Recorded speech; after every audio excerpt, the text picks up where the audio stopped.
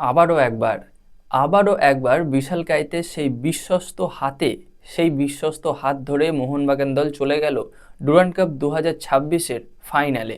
আর এর থেকে খুশির খবর বাঙালি বা আমাদের কলকাতার ফুটবল সমর্থকদের জন্য কি হতে পারে, যেটা হলো যেখান থেকে টুর্নামেন্টে শুরু হয়েছিল ঠিক সেইখানেই টুর্নামেন্টে শেষ হচ্ছে।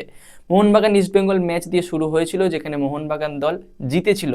এই টুর্নামেন্টের শুরুর কথা বলছি, এবং এই টুর্নামেন্টটা শেষও হচ্ছে সেই মোহনবাগান ইস্টবেঙ্গল ম্যাচ দিয়ে বা সেই কলকাতা ডার্বি দিয়ে।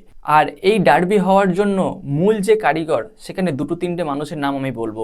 একজন বিশাল কাইত, একজন অভিষেক টেকছাম সিং, একজন রাহুল ভেকে, এই সমস্ত সব মানুষজনেরা। তো বন্ধুরা, ইম্পর্টেন্ট ভিডিও হতে চলেছে, অবশ্যই তোমরা ভিডিওটা শেষ পর্যন্ত দেখতে থাকো এবং ভিডিও শেষে তোমাদের মতামতটা কমেন্টে জানিয়ে দিয়ে যাও। তো চলো ভিডিওর মেন টপিকে যাওয়া যাক। তো একটা কথা ভিডিও শুরুতেই বলে রাখি, যেটা হলো আমি এই ভিডিওতে কোনো কন্ট্রোভার্সি নিয়ে আলোচনা করতে চাই না বা কোনো কন্ট্রোভার্সিয়াল টপিক তোমাদের সামনে তুলতে চাই না, যেখানে মোহনবাগান ইস্টবেঙ্গল এই সব বিষয় নিয়ে, সেসব বিষয় নিয়ে পরে ভাবা যাবে ভাই। তো প্রথমে যে বিষয়টা বলবো সেটা হলো, গতকাল যে ম্যাচটা মোহনবাগান দল খেলেছে না, সম্পূর্ণ টাফ কন্ডিশনে খেলেছে। প্রথমে সেই শিলংয়ে গিয়ে খেলা, তার মধ্যে যে ফিল্ডে খেলা হচ্ছিল, সত্যি কথা বলতে খেলার কি ওটা উপযোগী ছিল? দেখো, আজ থেকে আমি 10 বছর পেছনে যাই, সেক্ষেত্রে এইরকম জলময় মাঠ, এইরকম কর্দমাক্ত মাটিতে খেলা হতে পারতো, কিন্তু এই মুহূর্তে মডার্ন ফুটবলে সেটা ঠিক চলে না। তো সেইটা চালাতে হয়েছিল সেই শিলংয়ে গিয়ে, এটা কোনো অজুহাত বা অন্য কিছু নয়। তো যাই হোক, তো অবশ্যই সেখানে অ্যাজ এ ফেভারিট দল আলাদিন আজারের দলটা নেমেছিল, বা নর্থ ইস্ট ইউনাইটেড এফসি নেমেছিল। আলাদিনের নামটা কেন করলাম সেটা ভিডিও শেষের দিকে তোমরা জানতে পারবে। যাই হোক, তো সেখানে as a favourite north east ছিল। প্রথম 15 মিনিট তারা যথেষ্ট ভালো অ্যাটাক করে, তবে মোহনবাগানের ডিফেন্ডাররা সম্পূর্ণ তৎপর ছিল। বিশেষ করে একটা নাম না বললেই নয়, সেটা হলো অভিষেক টেকছাম সিং। সম্পূর্ণভাবে আলাদিন আজহারের মতো একটা প্লেয়ারকে বোতলবন্দি করে রেখেছিল, সম্পূর্ণ পকেটে ভরে রেখেছিল। দু একটা ক্ষেত্রে রাহুল ভেকেরও অবদান সত্যিই গুরুত্বপূর্ণ ছিল, তবে সুভাশিস বোস বেশ কিছু ক্ষেত্রে স্লাইডিং ট্যাকেল করেছে। অ্যালবার্টো রড্রিগেজ বেশ কিছু ক্ষেত্রে এই নর্থ ইস্টের লং বলগুলোকে আটকে দিয়েছে। তো মোট কথা, মোহনবাগানের ডিফেন্স লাইন সম্পূর্ণ রক সলিড ছিল। একটা শটও অন টার্গেট মারতে পারেনি নর্থ ইস্টের প্লেয়াররা। তবে অ্যাটাক মোটামুটি নর্থ ইস্ট ভালো করেছে। প্রথম 15-20 মিনিট খুব ভালো খেলেছিল, তারপর মোহনবাগান খেলাটা ধরে 5-6টা শট অন টার্গেটও রাখে, কিন্তু নর্থ ইস্টের গোলকিপার গুরমিত, সে কিন্তু যথেষ্ট ভালো সেভ করে।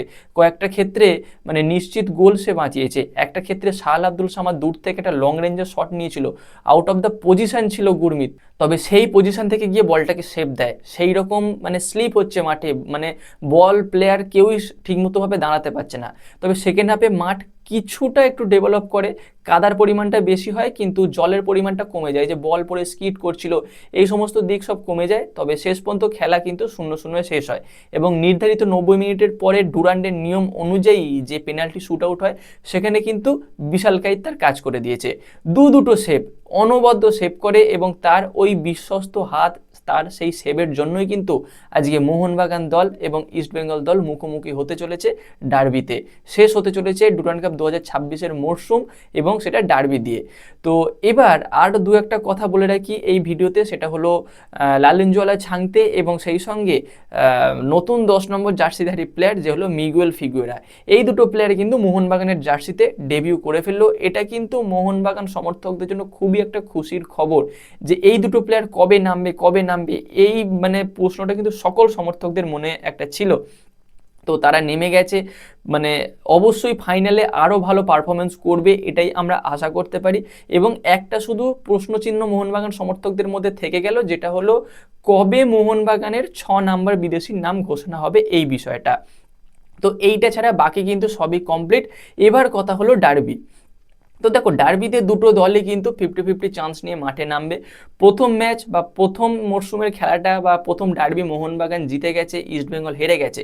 এবার কিন্তু ইস্টবেঙ্গল বা হাফাজ দাদুর দল কিন্তু তেড়ে ফুঁড়ে লাগবে ম্যাচটা জেতার জন্য।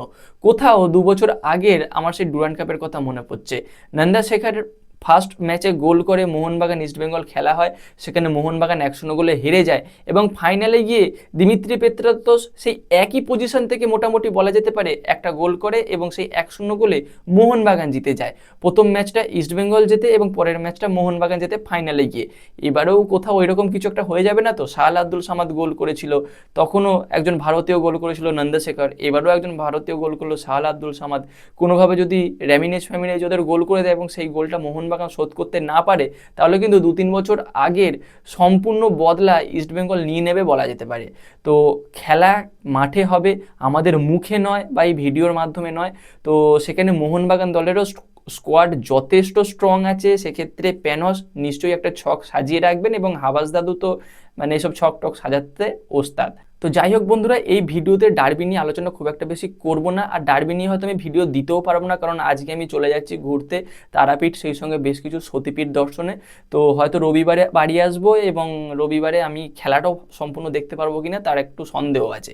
তো যাই হোক, আপাতত এইটুকু আপডেট তোমাদের সঙ্গে শেয়ার করলাম। কেমন লাগলো ভিডিওটা কমেন্টে জানিও। গতকালকের খেলা কার খেলা সব থেকে ভালো লেগেছে মোহনবাগানের জার্সিতে সেটাও জানাতে ভুলো না। আপাতত এইটুকুই, দেখা হচ্ছে পরবর্তী ভিডিওতে। Bye bye.